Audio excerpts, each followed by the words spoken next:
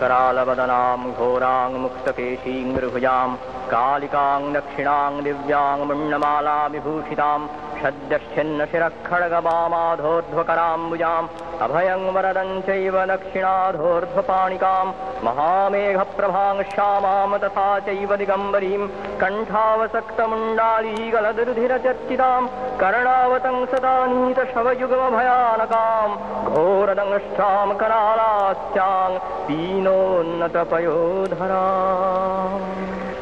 महामेघप्रभां श्यामां तथा चैव दिगम्बरीं कण्ठावसक्तमुण्डालीगलदुर्धिरचर्चितां कर्णावतंसदानीतशवयुगमभयानकां घोरदंष्ट्रां करालास्यां पीनोन्नतपयोधराम्